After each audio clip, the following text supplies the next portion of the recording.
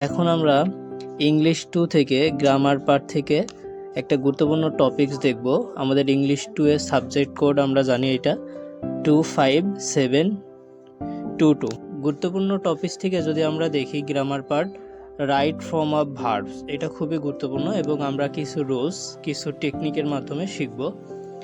তাহলে আমরা এখান থেকে দেখি, প্রথমে আমরা যেই বিষয়টা খেয়াল করব যে রাইট ফর্ম অফ ভার্বস এটা আসলে কি। তা আমাদের প্রথমে যে প্রশ্নটা আছে যে রাইট ফর্ম অফ ভার্বস কি বা কাকে বলে। তা আমাদের এখানে সুন্দর একটা অ্যান্সার দেওয়া আছে যে ভার্বের সঠিক ব্যবহার গ্রামারের একটি খুবই গুরুত্বপূর্ণ বিষয়। এখন যেই বিষয়টা ভার্বের সঠিক রূপ ব্যবহার জানার পদ্ধতিকেই রাইট ফর্ম অফ ভার্ব বলে। মূলত এতে টেন্স, এটা আপনাকে ভালোভাবে পারতে হলে tense, sequence of tense, mode, model, auxiliaries, voice, subject, verb, agreement, narration ইত্যাদি বিষয় সম্পর্কে জানতে হবে, কারণ এইগুলোর সাথে রাইট ফর্ম অফ ভার্ব জড়িত। তাই ভার্ব ফর্ম সম্পর্কে পূর্ণাঙ্গ ধারণা লাভ করতে উপরোক্ত বিষয়গুলো পৃথকভাবে অধ্যয়ন করতে হবে। এখানে গুরুত্বপূর্ণ নিয়মগুলো আলোচনা করব ইনশাল্লাহ। রুলস 1 যদি আমরা দেখি, এখানে আমরা যেটা খেয়াল করব কিছু শর্ট টেকনিকের মাধ্যমে আমরা শিখতে পারবো। দ্য টেন্স মার্কার্স, কিছু কিছু শব্দ বা শব্দগুচ্ছ আছে যা দেখে বোঝা যায় বাক্যের ভার্বটি কোন টেন্স হবে। যেসব শব্দ বা শব্দগুচ্ছকে এখানে টেন্স মার্কার্স হিসাবে অভিহিত করা হয়েছে। নিচে টেন্স মার্কার্সের একটি তালিকা এবং পরে এগুলোর বিশদ ব্যাখ্যা করা হয়েছে। প্রথমে যদি আমরা খেয়াল করি রাইট ফর্ম অফ ভার্বসের প্রেজেন্ট ইনডিফিনাইট টেন্স কিভাবে আমরা চিনতে পারবো সহজভাবে। যদি সেন্টেন্সে বা বাক্যতে always, often, sometimes, everyday, daily, regularly, usually, normally, occasionally, generally ETC এইগুলো যদি থাকে তাহলে আমরা প্রেজেন্ট ইনডিফিনাইট টেন্স বলতে পারবো। প্রেজেন্ট কন্টিনিউয়াস টেন্সটা যদি এইভাবে আমরা দেখি, এখানে এইভাবে আমরা বলতে পারি যে now, at this moment, at this time, at present, শিল, লুক মানে তৎক্ষণিক দৃষ্টি আকর্ষণমূলক, লিসেন্ট ইটিসি।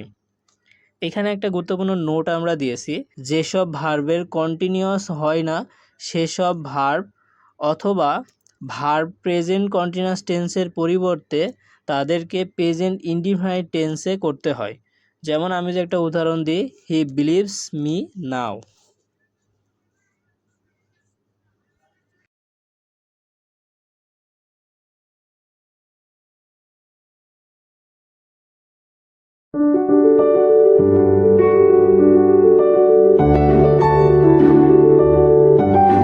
এখন আমরা দেখব present perfect tense. Present perfect টেন্সে আমরা কিভাবে চিনব যে প্রেজেন্ট পারফেক্ট টেন্সে যদি already, just, just now, yet, never, ever, lately, recently এগুলো থাকে তাহলে আমরা সহজে চিনতে পারবো present perfect tense. Present perfect continuous টেন্সে কিভাবে বুঝতে পারবো, সিন্স, ফর, হাউ লং মানে এক কথায় আপনার যদি যাবত, ধরে, হতে, থেকে ইত্যাদি দ্বারা ডিউরেশন বোঝায়, একটা সময় উল্লেখ করে, তখন আমরা প্রেজেন্ট পারফেক্ট। নোট খেয়াল করেন যে যেসব ভার্বের কন্টিনিউয়াস হয় না সেসব ভার্ব যদি প্রেজেন্ট পারফেক্ট কন্টিনিউয়াসে আসে তাহলে তাদেরকে প্রেজেন্ট পারফেক্ট পড়তে হবে। যেমন একটা উদাহরণ দিলে আমি, we have known each other since 1993। Indefinite দেখি, পাস্ট ইনডিফিনাইট টেন্স আমরা কিভাবে বুঝবো। এখানে এস্টারডে, অ্যাগো,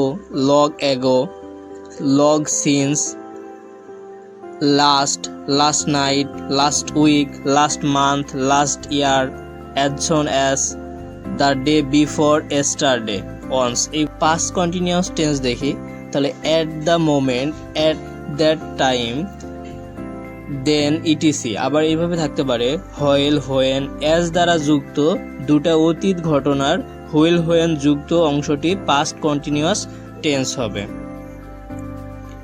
পাস্ট পারফেক্ট কিভাবে হবে, যে অতীতের দুটি ক্রমিক ঘটনার ক্ষেত্রে বিফোরের পূর্বে পাস্ট পারফেক্ট, একটু মনে রাখবেন, বিফোরের পূর্বে পাস্ট পারফেক্ট এবং আফটারের পরে বসে। Future indefinite tense tomorrow, next week, years, coming.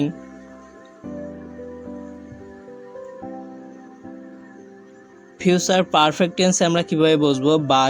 By this time, by time, month, year, next time, month, year, এগুলো থাকলে আমরা বুঝতে পারবো ফিউচার পারফেক্ট টেন্স। এখন আমরা গুরুত্বপূর্ণ যেই রুলসে যাব, সেখানে 1 নম্বর রুলস যেটা আছে আমাদের, প্রেজেন্ট ইনডিফিনাইট টেন্সের সাবজেক্ট যদি থার্ড পারসন সিঙ্গুলার নাম্বার হয় তবে ভার্বের শেষে এস বা ইএস যোগ হবে, কিন্তু অন্য কোনো টেন্সের ক্ষেত্রে হবে না। এখন ভাইয়া আমি পার্সন তো চিনি না, তাহলে তোমাদের জন্য দেখো, ফার্স্ট পারসন কেডা? I, we. সেকেন্ড পারসন কেডা? You, your. এই যে ফার্স্ট আর সেকেন্ড বাদে বাকি যেগুলো আছে সবগুলোই থার্ড পারসন। যেমন থার্ড পারসন কেডা আছে? হি, শি, ইট, দে, কোনো কিছুর নাম। তাহলে আমরা এখানে একটা উদাহরণ দিয়েছি, যদি খেয়াল করো, হি ইটস রাইস। এখানে দেখো ইট ছিল, এস যোগ করছি। কেন করছি? এটা হচ্ছে থার্ড পারসন সিঙ্গুলার নাম্বার, তাহলে থার্ড পারসন সিঙ্গুলার নাম্বারের সাথে এস যোগ করছি আমরা। তারপর এখানে দেখো প্লে ছিল, আমরা এস যোগ করছি। হি প্লেস ফুটবল, কেন এস যোগ করছি? Third person singular number. Present indefinite টেন্সে সাবজেক্ট যদি প্লুরাল নাম্বার হয় তাহলে ভার্বের শেষে এস বা এস যোগ হবে না। কি বলছে? থার্ড পারসন প্লুরাল নাম্বার হলে। তাহলে দেখো এখন এই যে দেখো থার্ড পারসন কিন্তু প্লুরাল মানে একের অধিক। তাহলে দেখো দে মানে কি? তারা, মানে অনেক। তাহলে দে প্লে ফুটবল, তখন আমার এস যুক্ত হবে না। তারপরে দে ইট রাইস, তখন আমাদের এস যুক্ত হয় নাই। এইভাবে আমরা বুঝতে পারবো।